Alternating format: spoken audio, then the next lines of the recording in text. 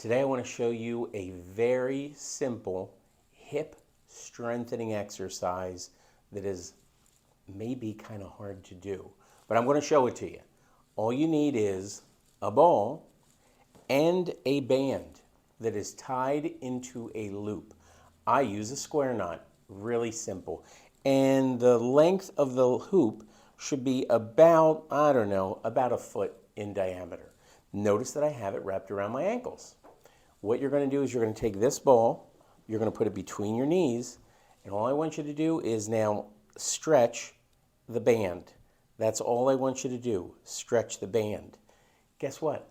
I don't care how far you stretch the band, but I want you to stretch the band. The other rule is I don't want you to let the ball drop. So that means that you're going to squeeze that ball a little bit as you bring the feet apart. My goodness, now I'm asking you to do two things at once. The only thing worse is if I asked you to sing.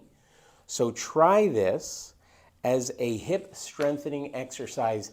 Maybe you'll do 5 of them in a row and then you're done. Maybe you'll do 10 in a row and then you're done. It's harder than it looks. Try it out.